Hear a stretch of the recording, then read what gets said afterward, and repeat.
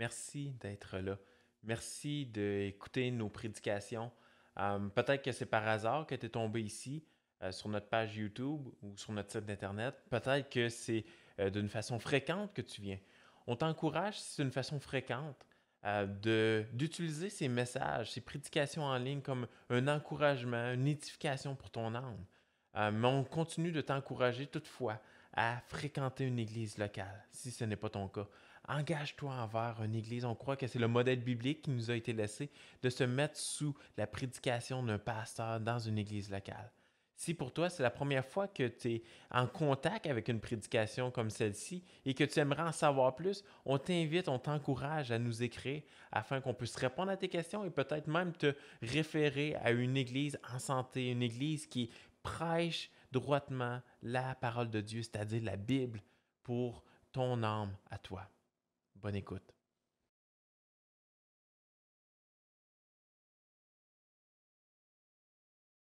Alors, bon matin, mon nom est Michael Caron pour ceux qui ne me connaissent pas et je suis un des pasteurs ici à l'Église. Et c'est encore moi qui ai le privilège, je ne sais pas si c'est un privilège pour vous, mais pour moi c'est un privilège de pouvoir vous apporter la parole de Dieu pour un 4e dimanche en ligne. Et le message de ce matin a été très difficile à préparer parce que c'est un message qui peut être controversé, un message qui peut être mal compris facilement, mais c'est un message qui est essentiel pour notre vie chrétienne, qui est essentiel pour la foi, qui est essentiel pour l'Église. Et donc, quand c'est essentiel, on veut se faire un devoir de l'emmener parce que ça provient de la parole de Dieu. Et comme vous le savez, sans doute, on est dans une série présentement, il reste quelques messages, et on est dans une série, Les essentiels d'une Église en santé. Et la semaine dernière, on a parlé de cette famille spirituelle qu'on joint lorsqu'on devient enfant de Dieu, lorsqu'on devient chrétien. Et aujourd'hui, on parle de la discipline. On parle, et je l'ai donné comme titre, un Dieu d'amour. Parce qu'au travers de la discipline, on va voir ce matin à quel point qu'on a un Dieu d'amour qui poursuit ses enfants. Et donc, je vous encourage à rester des nôtres jusqu'à la fin, même si ça peut parfois susciter des émotions, même si parfois ça peut gricher à l'intérieur. Restez des nôtres jusqu'à la fin pour voir à quel point qu'on a un Dieu d'amour qui ne veut qu'aucun de ses brebis se perde. Mais avant d'aller plus loin, allons dans la prière. Père du ciel, à quel point qu'on est reconnaissant. On est reconnaissant parce que tu es un Dieu infiniment bon. Un Dieu avec un amour infini. Un Dieu qui nous a fait grâce. Nous qui étions pécheurs, qui étions éloignés de toi, qui ne voulions rien savoir de toi, on était ennemis. Tu nous as attirés à toi. Tu as transformé nos cœurs. Tu as fait de nous tes enfants. Et Seigneur, c'est une grâce dans nos vies. Tu nous as placés dans une église. Et Seigneur, ça aussi, c'est une grâce. Parce que maintenant, tu utilises tes enfants pour veiller les uns sur les autres.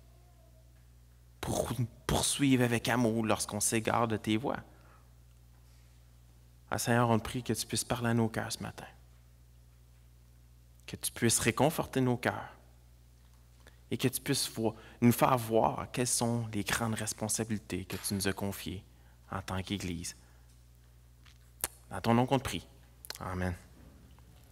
Vous savez, l'histoire de la Bible, à partir de la Genèse,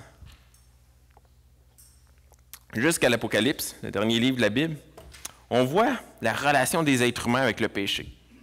Et on voit les conséquences qui proviennent de cela. Et on voit à quel point que les êtres humains n'ont jamais réussi par eux-mêmes à vaincre le péché. Ils n'ont jamais réussi à complètement dissiper le péché, de le mettre de côté.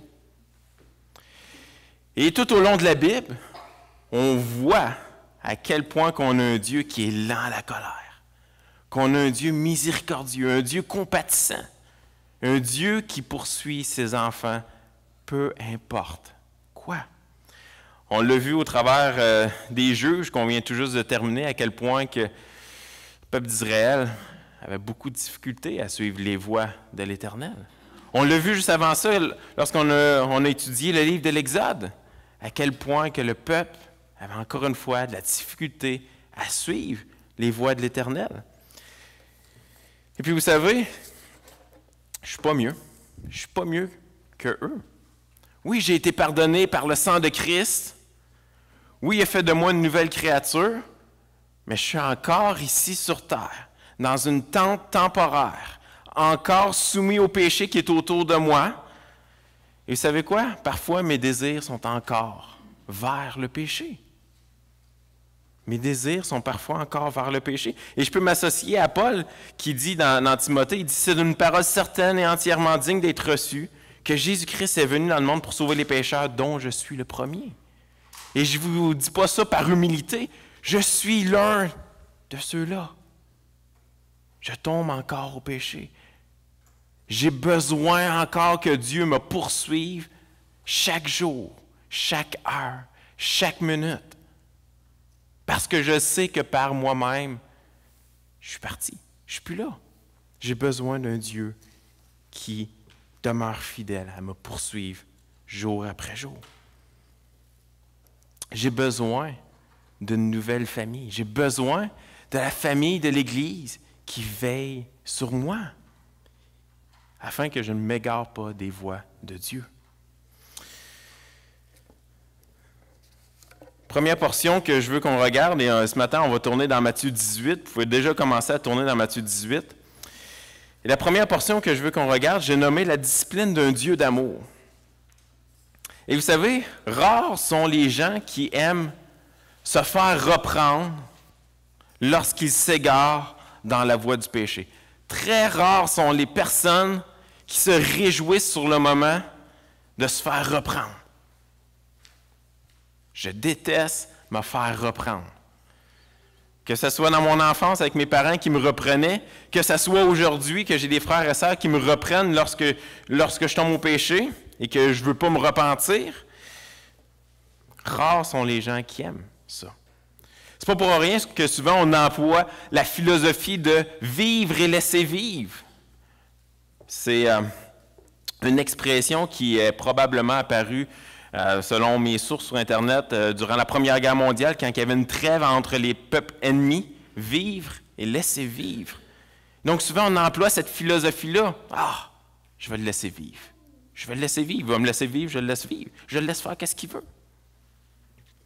Il est beaucoup plus facile de se mêler de ses propres affaires et de laisser les autres faire comme ils veulent. C'est tellement plus facile. Voilà. J'ai aucune idée d'où ça vient. C'est pas grave. Mais ma question est, est-ce que c'est vraiment de l'amour? Est-ce que c'est vraiment de l'amour de laisser vivre ou de laisser faire ce que l'autre veut faire? Possiblement que si on se fie à la définition de l'amour de notre culture, on pourrait dire oui, c'est de l'amour. Mais quand on regarde à comment que Dieu définit l'amour, on voit que c'est complètement différent. Tout le concept de membership qu'on a vu la semaine passée, est-ce que ça se résume en « je t'aime tellement que je te laisse faire ce que tu veux, même si je sais que ça va te tuer éventuellement ». Est-ce que c'est ce qu'on a vu la semaine dernière? Est-ce qu'on peut résumer le message de cette façon-là, de la semaine dernière? Je t'aime tellement, fais ce que tu veux. Lorsqu'on parle de discipline, comme je l'ai dit, plusieurs ont un goût amer en bouche, parce qu'on se demande, mais est où l'amour dans tout ça? Elle est où l'amour dans tout ça? Avant d'aller et regarder le mécanisme, le but de la discipline, regardons premièrement à l'auteur de ce mécanisme, à l'auteur de la discipline. Dans Matthieu 18, vous savez, Matthieu 18 est un passage qu'on tourne souvent pour regarder qu'est-ce que Dieu dit, qu'est-ce que Jésus dit sur la discipline d'Église. Mais souvent, on omet de regarder le contexte avant, après, de prendre ça et de regarder vraiment dans quel contexte est-ce que Jésus amène la discipline d'Église. Il l'amène dans un contexte, dans le contexte de l'amour, d'un Dieu d'amour qui poursuit ses enfants. Et donc, les versets 12 à 14, Matthieu, chapitre 18, les versets 12 à 14, qui nous dit « Que vous en semble? Si un homme a 100 brebis et que l'une d'elles s'égare, ne laisse-t-il pas les 99 autres sur la montagne pour aller chercher celle qui s'est égarée? Et s'il la trouve, je vous le dis, en vérité, elle lui cause plus de joie que les 99 qui ne se sont pas égarés. De même, ce n'est pas la volonté de votre Père qui est dans les cieux qu'il se perde un seul de ses petits. » On a un berger ici. Le berger a 100 brebis. C'est Jésus qui est en train de partager cette parabole-là. Le berger a 100 brebis et une seule de ces brebis s'égare. Une seule, on se dit, c'est pas beaucoup sur 99. J'en perds une, ça ne changera pas grand-chose. Une seule s'égare. Et qu'est-ce que le berger fait? Le berger laisse les 99 sur les montagnes. Et il va poursuivre la seule qui s'est égarée. Il va poursuivre la seule qui s'est égarée. Et c'est ça l'amour. De poursuivre celle qui s'est égarée. De même, ce n'est pas la volonté de votre Père qui est dans les cieux qu'il se perde un seul de ses petits. Ce n'est pas la volonté de notre Père qu'un seul soit perdu. Et il nous poursuit. Vous savez, quand j'étais jeune, et je vous ai probablement déjà raconté cette histoire-là, mais je me permets de vous la raconter parce qu'on a une mémoire oublieuse, ce qui me permet de pouvoir réutiliser des illustrations passées. Quand j'étais jeune, j'étais en 4e année du primaire, et puis j'ai décidé, par moi-même, de désobéir à mes parents. J'ai décidé de ne pas reprendre l'autobus et de quitter avec un de mes amis dans la grande ville de Shawinigan. Et puis, je n'ai pas avisé personne, je suis parti. Et puis, qu'est-ce qui est arrivé? Mon ami a rencontré sa cousine et a décidé de partir avec sa cousine et me laisser tout seul dans le grand Shawinigan. J'étais jeune à ce moment-là, je ne vivais pas dans Shawinigan, donc je ne connaissais pas beaucoup la ville. Et les cellulaires n'existaient pas, ou peut-être qu'ils existaient, mais ils étaient très rares de ces jours-là. Et puis, finalement, ma mère demeurait quelque part dans Shawinigan, donc j'étais allé chez elle, elle n'était pas là, j'étais assis sur la galerie. C'était l'hiver en passant, et je me suis assis sur la galerie pendant quelques heures. Et durant ce temps-là, j'avais mes parents qui étaient partis à ma recherche. Ils ont laissé leur travail de côté. Il y avait mes frères et sœurs qui étaient à la maison. Ils ont laissé les frères et sœurs à la maison et sont partis à ma recherche. Leur fils, Michael, s'était égaré. C'était pas normal. Il était parti, c'était pas normal, il s'est passé quelque chose. Ils sont partis à ma recherche, finalement ils m'ont retrouvé. Et vous savez quoi? Ça me faisait peur. Ça me faisait peur qu'ils m'aient retrouvé. Parce que souvent, lorsqu'on parle de discipline, on a peur parce que pour nous, dans notre cerveau, ça l'égale punition, ça l'égale conséquence. Et vous savez ce qui est arrivé? Ils m'ont retrouvé. Ils étaient tellement contents d'avoir retrouvé leur fils qui s'était perdu, qu'ils m'ont pris avec eux. Ils m'ont emmené au travail. Jamais ils m'ont réprimandé. Peut-être qu'ils auraient dû, mais peut-être ils m'ont jamais réprimandé. Ils m'ont emmené au travail, ils m'ont servi un verre de lait avec des biscuits, parce qu'ils étaient tellement contents de m'avoir retrouvé, d'avoir retrouvé leur fils qui était perdu. Et c'est la même chose avec Dieu. Notre Père ne veut qu'aucun de ses enfants se perde. Il nous poursuit avec amour. Le verset 13 disait, « Et s'il la trouve, je vous le dis en vérité, elle lui cause plus de joie que les 99 qui ne se sont pas égarés. Elle ne lui cause pas plus de colère. Elle lui cause plus de joie que les 99 qui ne se sont pas perdus. » Et ça, c'est le véritable amour. Un Dieu qui nous poursuit. Lorsqu'on parle de discipline d'Église, on parle finalement de ce principe de ne pas lâcher la main à un membre de notre famille spirituelle. lorsqu'on devient membre de la même Église, lorsqu'on fait partie de la même famille spirituelle, nos mains sont liées ensemble, on joint nos mains ensemble, on marche ensemble, on est engagés ensemble, on veille les uns sur les autres, on se tient la main. Et ce principe de la discipline, c'est de ne pas se lâcher la main. De se garder la main et « Ah, mon frère est en train de s'éloigner. » Non, je le tiens parce que je veux qu'il revienne dans les voies de Dieu. La discipline est un processus de restauration dans laquelle la famille spirituelle est activement impliquée. Activement impliquée. Vous savez, la discipline, dans son sens large, est un processus par lequel tous les croyants passent. On se discipline soi-même, on discipline nos vies pour prendre du temps dans la prière, pour prendre du temps dans la lecture de la parole.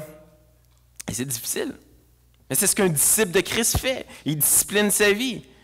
Avec douceur, avec amour, des frères et sœurs viennent nous exhorter, nous encouragent également à la persévérance envers Dieu. Et Dieu lui-même, tel un père, nous discipline de différentes manières. Tel un père nous discipline de différentes manières. Et c'est ce qu'on voit dans la lettre aux Hébreux, Hébreux 12. Et je vous lis quelques versets, versets 5, 6, 10 et 11. Hébreux 12, verset 5 dit « Vous avez oublié l'exhortation qui vous est adressée comme à des fils. Mon fils, ne méprise pas le châtiment du Seigneur, ne perds pas courage lorsqu'il te reprend, car le Seigneur châtie celui qu'il aime.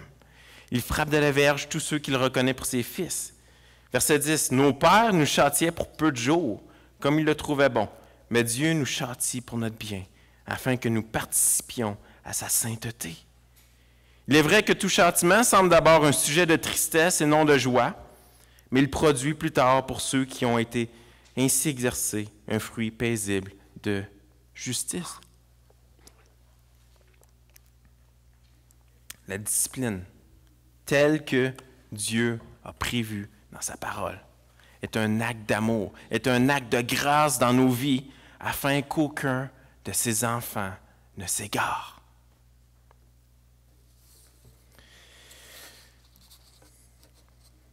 Vous savez, c'est un privilège dans ma vie. Même si, à plusieurs moments, je ne trouvais pas que c'était un privilège dans ma vie, mais c'est un privilège dans ma vie d'avoir des frères, d'avoir des sœurs qui ont veillé sur moi, qui ont osé intervenir dans ma vie avec douceur, avec amour. Il y a des frères et sœurs qui l'ont fait dans le passé, il y a des frères et sœurs qui continuent de le faire. Et je sais qu'il y a des frères et sœurs de ma famille spirituelle ici qui se sont engagés envers moi, vont continuer de pratiquer la discipline de cette manière envers moi, qui vont continuer de me poursuivre lorsque je vais être tenté par le péché, lorsque je vais être tenté de m'éloigner des voies de Dieu. Parce que vous savez, la vie chrétienne, ce n'est pas une vie parfaite, ce n'est pas une vie facile, ce n'est pas une vie rose. On n'arrête pas de pécher parce qu'on devient chrétien. Non, la vie chrétienne est caractérisée par une vie de repentance continuelle. On n'est pas meilleur que personne. On a juste été gracié par Dieu.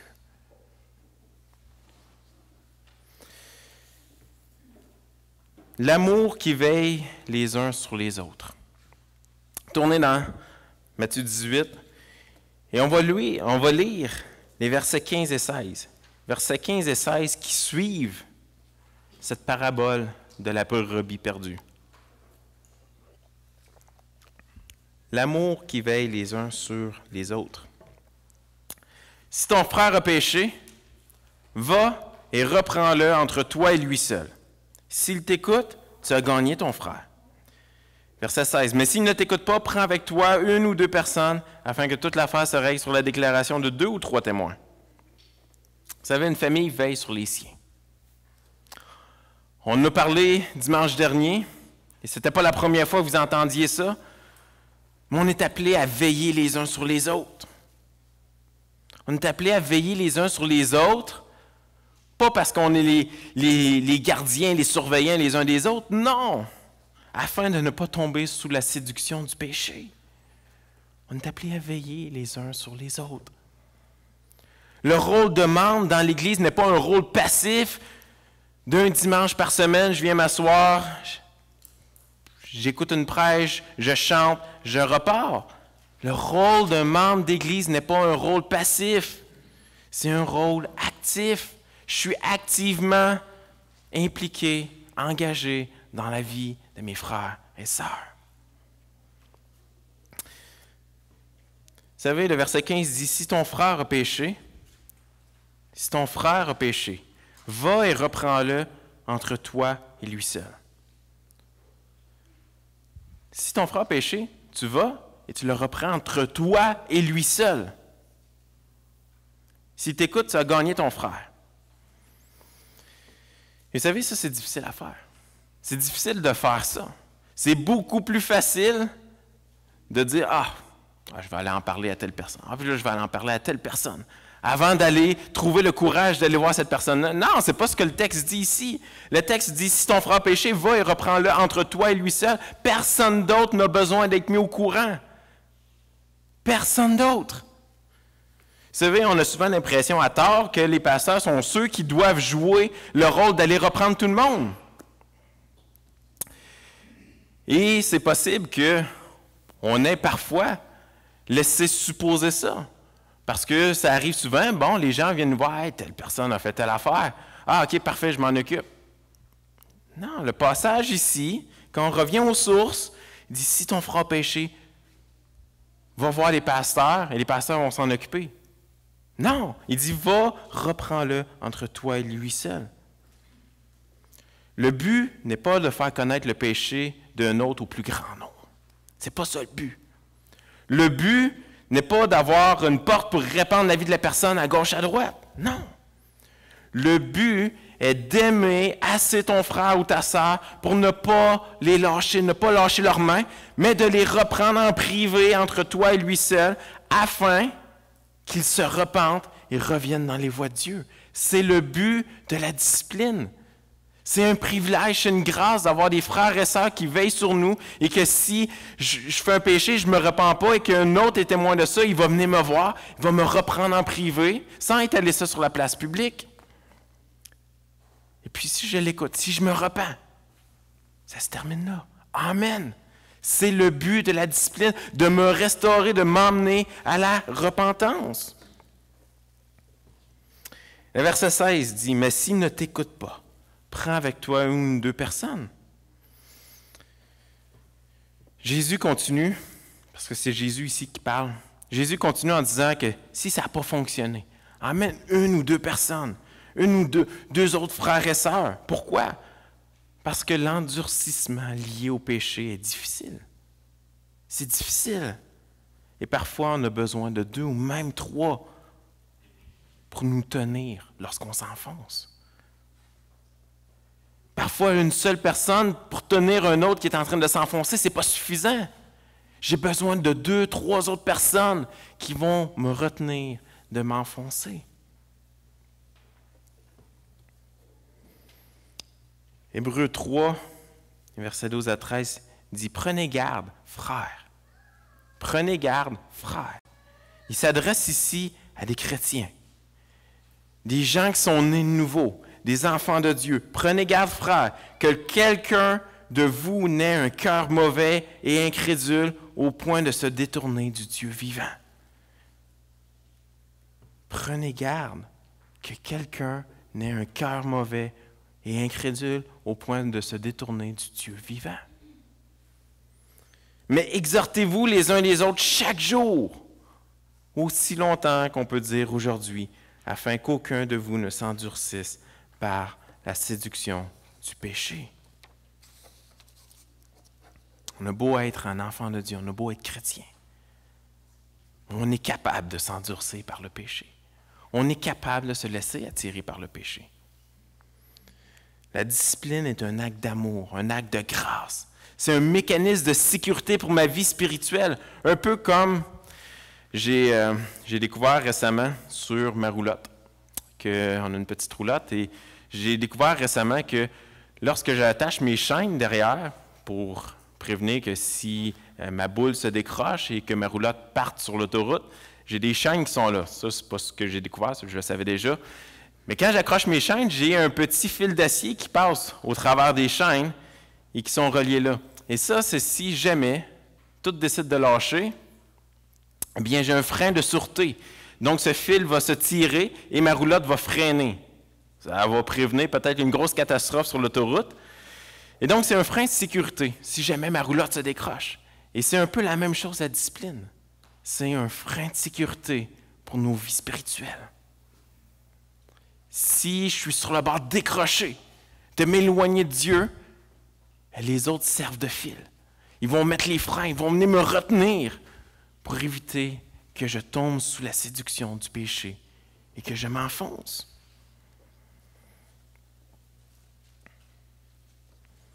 C'est pour ça que c'est important d'avoir une famille spirituelle, d'avoir l'Église qui est engagée les uns envers les autres. On ne peut pas vivre notre vie chrétienne seul. Sinon, on peut le faire, mais ça ne durera pas longtemps. Cet hiver, j'ai vécu une situation humiliante et que certaines personnes ont trouvé drôle et que je peux rire aujourd'hui. Ce n'est pas une situation de péché, mais c'était l'hiver et puis j'ai voulu sortir à l'extérieur. Et puis, j'ai des marches de béton en avant de chez nous. Et puis, il y avait mouillé beaucoup.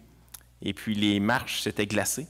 C'était une glace qui était non perceptible à l'œil humain. Et puis, j'ai décidé d'avancer avec confiance, comme je le fais toujours. J'ai des marches de béton, c'est stable. J'ai décidé d'y aller avec confiance. Et pourtant, j'ai des rampes sur le côté. Et ces rampes-là servent habituellement à me tenir, pour me protéger, pour éviter que je tombe. Mais je décide d'y aller avec confiance, de descendre ces marches-là, et croyez-moi, je les ai descendues. Beaucoup plus rapidement que prévu. Parce que j'avais confiance en moi-même, et j'ai décidé de faire ça tout seul, sans l'aide des rampes à côté. Et souvent, on vit notre vie chrétienne comme ça. Je suis un solitaire, je vis ma vie chrétienne seul. Je n'ai pas besoin des rampes à côté de moi. Et croyez-moi, le jour que le péché va être là, vous allez avoir besoin de ces rampes de sûreté à côté pour vous tenir, pour éviter que vous tombiez et que vous vous blessiez. C'est la même chose avec la discipline. On a besoin de nos frères et sœurs pour veiller sur nous, pour être là, pour être des supports lorsqu'on en a besoin, lorsqu'on devient trop confiant, lorsqu'on devient orgueilleux, qu'on croit en nos propres capacités. C'est là qu'on a surtout besoin des frères et sœurs. Les versets 17 à 18 de Matthieu 18, « L'amour qui ose dire la vérité qui fait mal. » L'amour qui ose dire la vérité qui fait mal. Verset 17. « S'il refuse de les écouter, dis-le à l'Église. Et s'il refuse aussi d'écouter l'Église, qu'il soit pour toi comme un païen et un publicain. Je vous le dis en vérité, tout ce que vous lirez sur la terre sera lié dans le ciel, et tout ce que vous délierez sur la terre sera délié dans le ciel. » Il arrive parfois que malgré tout l'amour que les frères et sœurs donnent à un autre, la personne ne se détourne pas de son péché en repentance. C'est quoi la repentance? La repentance, c'est de faire un 180 degrés sur son péché. C'est de laisser son péché et de revenir dans les voies de Dieu. Mais il arrive parfois qu'après avoir fait ces étapes que Jésus nous parle, que finalement notre frère ou notre sœur ne nous a pas écoutés. Jésus dit ici que l'Église, ceux qui professent Christ, ceux qui le représentent ici sur terre, doit tenter d'intercéder afin de restaurer cette brebis égarée et que si cela ne porte pas fruit, on en arrive malheureusement à lâcher la main d'engagement envers cette personne, comme envers un païen ou un publicain.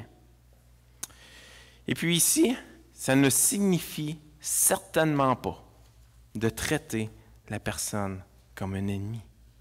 Lorsqu'on enlève cette main d'association, on n'est pas en train de traiter la personne comme un ennemi. Ça ne signifie certainement pas qu'on est en train de traiter la personne comme étant inférieure à nous. Vous savez, Jésus dans les évangiles et dans l'évangile de Matthieu même, interagit à plusieurs reprises avec les païens, avec les publicains, et ces interactions sont marquées par une compassion remarquable. Alors que souvent, il mangeait avec eux. Même, il se faisait accuser de manger avec des gens de mauvaise vie. Mais Jésus était connu pour avoir une compassion remarquable envers ceux qui disaient païens ou publicains. Mais la différence est qu'il ne les traitait pas comme des frères, mais plutôt comme des non-croyants, des gens qui ont besoin d'entendre l'Évangile, qui ont besoin d'être transformés par l'Évangile pour venir à une repentance. Lorsqu'on parle qu'il soit pour toi comme un païen, un publicain, on comprend ici qu'il est en train de dire qu'il soit pour toi comme un non-croyant. Et ça, c'est ce qui est difficile de la discipline. C'est quand on en arrive à cette étape-là, c'est ce qui devient difficile, c'est ce qui devient un peu contre-culturel, de dire, OK, je dois faire une certaine déclaration à ce moment-ci. Mais pourquoi? Pourquoi faire une déclaration? Vous savez, Jésus a donné cette responsabilité-là à l'Église, celle d'exercer les clés du royaume des cieux. Et ça, on n'aura pas le temps de regarder ça en détail, mais on le voit dans Matthieu 16, qui donne des clés spirituelles à Pierre. Et par la suite, ces clés sont données à l'Église. C'est ce qu'on voit dans Matthieu 18. Que tout ce que vous lirez sur terre sera lié dans le ciel, tout ce que vous délierez sur la terre sera délié dans le ciel. Donc Jésus a donné cette responsabilité à l'Église, celle d'exercer les clés du royaume des cieux, c'est-à-dire de déclarer sur terre ce qui est déclaré déjà dans les cieux, que cette personne n'est pas représentant de Jésus-Christ ici sur terre. Lorsqu'on est un enfant de Dieu, on devient représentant de Christ. On représente Christ, on représente son Église ici sur terre. On n'est pas parfait. Notre vie est caractérisée par l'imperfection et la repentance. On commet des péchés et on se repent. On exerce cette responsabilité comme Église quand la personne se joint à l'Église locale. Vous savez, on affirme la foi d'une personne. On dit, OK, cette personne-là se joint à la famille spirituelle, donc je suis en train de dire, OK, cette personne-là est un enfant de Dieu. Je ne suis pas en train de confirmer la foi de personne. Ah, ça, il y a juste Dieu qui sait ça. Je n'ai pas les yeux de l'Esprit Saint pour dire, ah, cette personne-là est un enfant de Dieu, cette personne-là ne l'est pas. Mais Jésus a donné une responsabilité à l'Église. Celle de reconnaître qui le représente ici sur terre et qui ne le représente pas. Et donc, quand la personne devient un enfant de Dieu, lorsqu'elle se joint à l'Église, l'Église dit, OK, ouais, cette personne-là, pour utiliser mon image de la semaine dernière, cette personne-là est un joueur du Canadien de Montréal. Je vais lui donner ce gilet homologué par la Ligue nationale.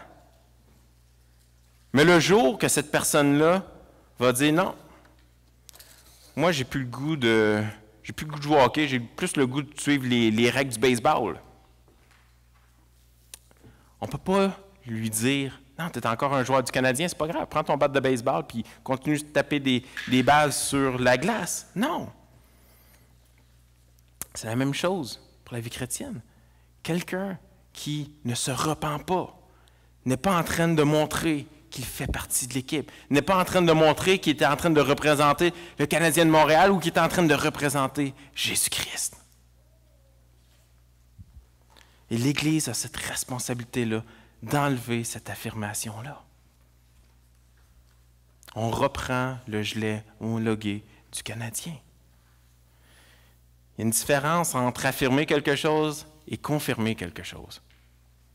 On ne peut pas confirmer, comme je l'ai dit, on ne peut pas confirmer la foi de quelqu'un. Je ne suis pas l'Esprit Saint. On peut affirmer ou enlever une affirmation qu'on a faite. Vous savez, ce n'est pas facile de parler de discipline. C'est encore moins facile d'exercer la discipline les uns envers les autres. Parce que, comme je l'ai dit, ça semble tellement contre-culturel. Mais il faut se rappeler que c'est un acte d'amour. C'est de l'amour lorsque les membres de l'Église s'assemblent ensemble un jour de semaine pour prendre du temps dans la prière pour la personne. Vous savez, parfois on lit Matthieu 18 et ça peut sembler froid. Parce que dans Matthieu 18, on voit le principe. Ah oui, il nous parle ici de 3 étapes. Ça ne veut pas dire que ça se fait en 3 rencontres. Ça ne veut pas dire que je vais rencontrer la personne puis je lui lance son péché en pleine face. Non. Si je vais à la personne avec douceur, avec amour. Comme je veux que les gens viennent me voir pour me reprendre. Si ça ne marche pas, j'emmène d'autres frères et sœurs de l'Église. Parce qu'on aime tellement la personne, on aime tellement cette brebis qu'on ne veut pas qu'elle s'égare. Et si malheureusement, la personne refuse de se repentir, on l'emmène à l'Église. Et encore là, l'Église doit intercéder pour cette personne-là. Parce que le but, c'est d'emmener la personne à la restauration. Et c'est là que différentes églises agissent différemment, mais que nous, en tant qu'Église, on veut agir par la prière.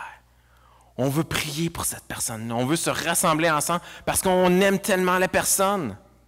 On veut reprendre le cœur de Dieu envers la brebis perdue et avoir le même cœur pour cette personne-là. On veut se réunir, prier, intercéder pour cette personne-là. Et c'est de l'amour lorsque différents membres de ta famille spirituelle viennent à toi, avec amour, avec compassion, pour que tu reviennes dans les voies de Dieu. C'est un acte d'amour lorsque l'Église a un souci pour ton âme et te met en garde de cela. Lorsque je dis qu'on enlève cette affirmation-là que tu es un enfant de Dieu, c'est parce qu'on n'a plus les fruits, on n'a plus l'évidence des fruits spirituels dans ta vie qui nous permet d'affirmer que tu es un enfant de Dieu. On ne veut pas te faire croire que tu t'en vas au paradis, que tu t'en vas au ciel avec Christ pour l'éternité. On ne veut pas te mentir. On veut te mettre en garde. Et c'est ce qu'on est en train de faire. Lorsqu'on retire une affirmation, on est en train de te mettre en garde que possiblement tu t'en vas vers une mauvaise voie parce que ta vie n'est pas caractérisée par la repentance qui est supposée être le fruit d'un enfant de Dieu. Paul lui-même réprimande l'Église de Corinthe pour avoir agi sans pratiquer de discipline envers un membre de leur Église. Dans 1 Corinthiens 5, on ne tournera pas, mais dans 1 Corinthiens 5, on a l'histoire de cet homme qui couche avec la femme de son père, donc avec sa belle-mère, et qui est parmi l'Église de Corinthe, et que l'Église ne fait rien. Et Paul dit que ce péché-là, c'est quelque chose tellement atroce, c'est quelque chose qui ne se fait même pas parmi les païens, qui ne se fait même pas parmi les non-croyants, c'est inacceptable. Et vous tolérez ce péché dans l'Église, vous ne faites rien. Et de ne rien faire est d'endosser un péché. Lorsque je vois mon frère pécher et que je ne reprends pas, c'est un peu comme si j'endosse son péché. Et Paul a agi envers cet homme dans 1 Corinthiens 5. Pourquoi est-ce que c'est essentiel pour une Église en santé de pratiquer la discipline d'Église? Parce que l'Église est une famille spirituelle, une famille transformée et unie par l'Évangile. On est appelé à prendre soin et à veiller les uns sur les autres et à déclarer ceux qui portent le nom de Christ ou pas. Si l'Église ne fait pas cela, comment est-ce qu'elle va refléter l'amour véritable, l'amour du vrai Évangile aux gens de l'extérieur? De quelle manière? Frères et sœurs, par amour, ne laissons pas les membres de notre famille spirituelle s'égarer au péché en n'étant que des spectateurs. Notre rôle de membre n'est pas un rôle passif. Oui, on vient chaque dimanche, oui, on s'assoit, oui, on écoute une prêche, mais notre rôle ne s'arrête pas là. On a un rôle actif, on a une responsabilité les uns envers les autres. Si tu n'as pas vu une personne depuis déjà plusieurs semaines, Va pas commencer à en parler à gauche, à droite, puis dire « Ah, cette personne-là est probablement en train de faire telle affaire, telle affaire. » Non! On a la technologie du téléphone aujourd'hui qui permet que tu puisses prendre le téléphone, contacter cette personne-là et simplement voir comment que la personne va. Prendre des nouvelles de la personne. Prier pour cette personne-là.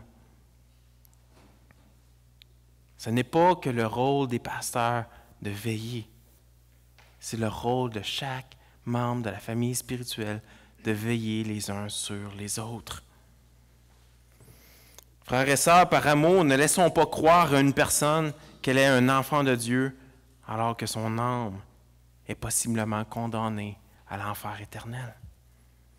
Pas à cause de son péché, mais à cause de l'absence de repentance qui nous témoigne qu'elle n'était probablement pas un enfant de Dieu. Ne laissons pas croire à une personne qu'elle est peut-être un enfant de Dieu lorsqu'on endosse son péché en ne faisant rien.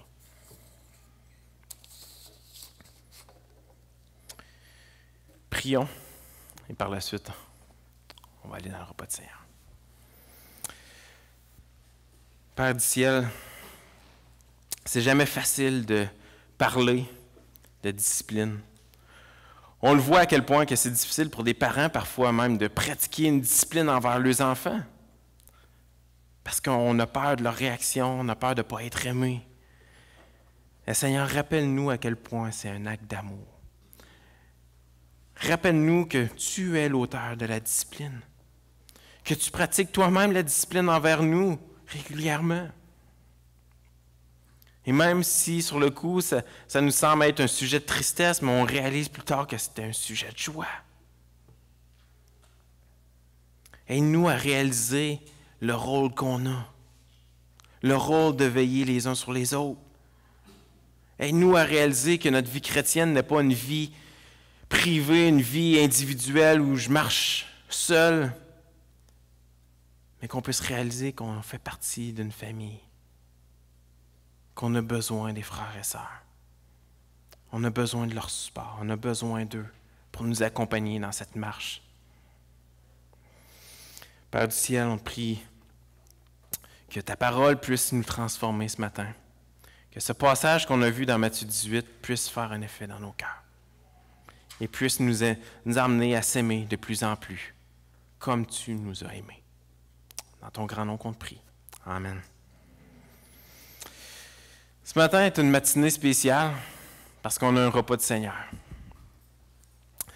Un repas de Seigneur qu'on n'a pas célébré depuis le mois de mars au moins. Et c'est vraiment une joie ce matin. Et j'espère que c'est une joie pour vous de célébrer le repas de Seigneur. Vous savez, Jésus lui-même a instauré le repas du Seigneur avant de mourir à la croix et ressusciter. Et on parle, lorsqu'on prend le repas du Seigneur, d'un mémorial. On se rappelle de choses significatives pour nous, pour ceux qui ont fait profession de foi, pour ceux qui ont démontré publiquement leur foi par les eaux du baptême. Lorsqu'on prend le repas du Seigneur en famille, on est en train de se rappeler quelque chose de spécial. Je vais vous inviter à suivre, avant d'aller plus loin, les démarches que notre frère Éric nous a partagées tout à l'heure. Donc, de mettre votre masque, de vous lever et d'aller vers la table la plus près de vous et de tout de suite retourner à votre place, tout en essayant de ne pas faire une foule toute prise ensemble. Alors, je vous donne du temps pour faire cela. Ça fait bizarre un peu, mais on est dans un temps qui est étrange et donc on doit faire avec.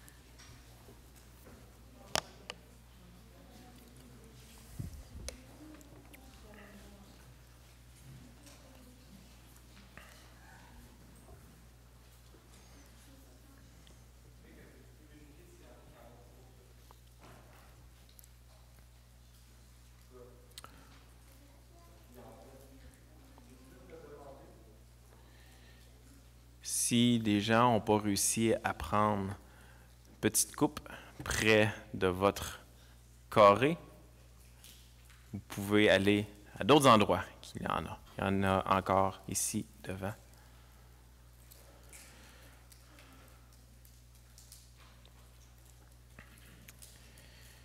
Donc, vous allez voir qu'on a pris des petits cups qui sont emballés individuellement pour suivre les recommandations gouvernementales, recommandations d'hygiène. Vous allez voir que ce n'est pas le pain qu'on prend normalement. Vous allez voir que le jus de la vigne peut goûter un peu différent. Mais bref, ce n'est que des technicalités. Vous savez, je veux revenir un peu sur ce qu'on vient de voir au travers de Matthieu 18, tout en faisant un lien ici avec ce qu'on s'apprête à faire. Vous savez, souvent, on utilise un gros terme épeurant lorsqu'on parle de discipline. Et ce terme qu'on utilise souvent est excommunication. Et vous savez, c'est un terme qui signifie de retirer de la communion de l'Église. Et puis notre compréhension de retirer de la communion de l'Église, ça ne veut certainement pas dire de retirer de nos rassemblements du dimanche matin. On veut que la personne qui ne s'est pas repentie, que l'on considère comme étant non-croyant, puisse entendre l'Évangile dimanche après dimanche. Et quel meilleur endroit pour entendre l'Évangile que l'Église locale? On veut que cet Évangile soit entendu, produise un changement dans le cœur de la personne et vive une repentance. Jésus, ce qu'il nous dit, c'est de traiter cette personne-là comme étant non-croyante. On n'est plus en train de traiter cette personne-là comme étant un frère et une sœur, mais on veut que cette personne-là entende l'Évangile dimanche après dimanche. On veut que nos interactions avec cette personne-là soient basées sur l'Évangile, sur le message de l'Évangile. Le terme excommunication est un terme qui fait référence au fait de retirer de la communion du repas du Seigneur. 1 Corinthiens 10, versets 16 à 17 dit « La coupe de bénédiction que nous bénissions n'est-elle pas la communion au sang de Christ? Le pain que nous rompons n'est-il pas la communion au corps de Christ? Puisqu'il y a un seul pain, nous qui sommes plusieurs, nous formons un seul corps, car nous participons tous à un même pain. » Le repas qu'on prend est non seulement un repas de famille, mais c'est un repas qui vient illustrer quelque chose. Un repas qui illustre notre union, notre association, notre participation, ou comme le verset ici le dit, notre communion au sacrifice de Christ. Il est en train de parler ici, c'est tous des synonymes, communion, union, association, participation, on participe au sang de Christ. Mais lorsqu'on considère une personne non croyante, on l'enlève de cette communion-là, parce qu'elle n'est plus en train de s'associer au sang de Christ. Le repas du Seigneur est quelque chose de sérieux. Probablement quelque chose dans les dernières années que je n'ai pas pris assez au sérieux dans ma vie. Que c'était quelque chose qu'on doit faire en tant qu'Église. On doit se rappeler le sang de Christ, oui. Mais c'est plus que ça. Lorsqu'on prend les éléments, on est en train de démontrer qu'on est associé à Christ, qu'on est en communion avec Christ. On est en train de montrer que, puisqu'il y a un seul pain, nous qui sommes plusieurs, nous formons un seul corps. On est en train de montrer l'unité du peuple de Dieu qui est en train de prendre un repas spirituel ensemble.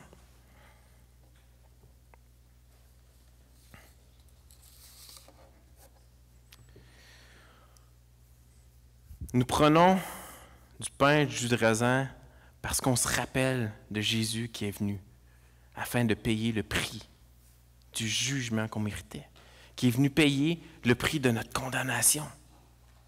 Ce prix était celui d'une vie sans péché, d'un sacrifice parfait à la croix.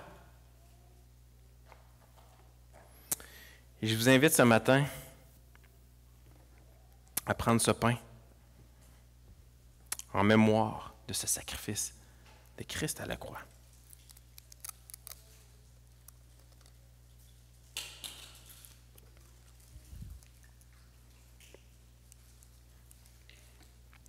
1 Corinthiens 11, versets 23 à 24 dit « Car j'ai reçu du Seigneur ce que je vous ai enseigné, c'est que le Seigneur Jésus, dans la nuit où il fut livré, prit du pain. Et après avoir rendu grâce, le rompit et dit, « Ceci est mon corps qui est rompu pour vous. Faites ceci en mémoire de moi. » Vous savez qu'on prend le pain, quand on prend le jus de raisin, ce n'est pas un temps de funérailles. Ce n'est pas un temps... Oui, c'est un temps où on se remémore Christ, on se remémore le sacrifice de Christ. Mais c'est également un temps de réjouissance. Jésus nous a laissé des symboles à prendre, des symboles physiques, des symboles que l'on peut voir, qu'on peut toucher, qu'on peut goûter. Jésus aurait certainement pu dire, remémorez-vous dans vos cœurs, dans vos têtes, mon sacrifice. Non, il nous a laissé des éléments pour qu'on puisse se rappeler. C'est un peu comme quand je dis à ma femme que je l'aime. Je pourrais dire toujours à ma femme que je l'aime, mais à un moment donné, je le démontre en action. Je la serre dans mes bras, je lui donne des billes parce que je lui démontre cet amour-là qui sont plus que des paroles. C'est un amour qu'elle peut ressentir. Et lorsqu'on prend les éléments, ce sont des gestes physiques qui nous rassurent, qui nous rappellent du pardon de Christ. On se remémore le sacrifice de Christ, mais on est en train de se réconforter que Christ est mort pour nos péchés, qu'on est un enfant de Dieu, que Dieu persévère sans cesse à notre égard parce qu'il nous aime. Je vous invite donc à prendre le jus de raisin en mémoire de ce sacrifice.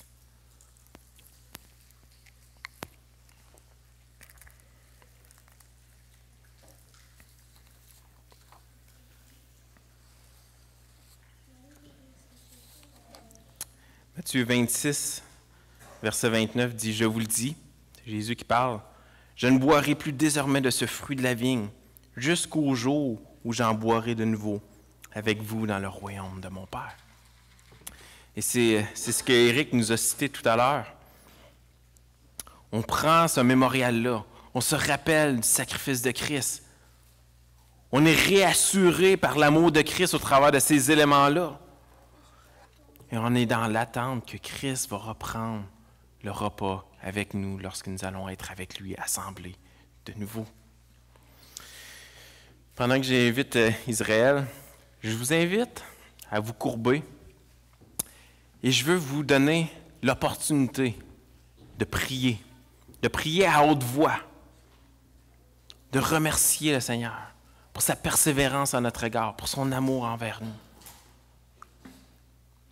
Et quand il y aura un peu de silence, Israël va nous guider dans un dernier chant de louange.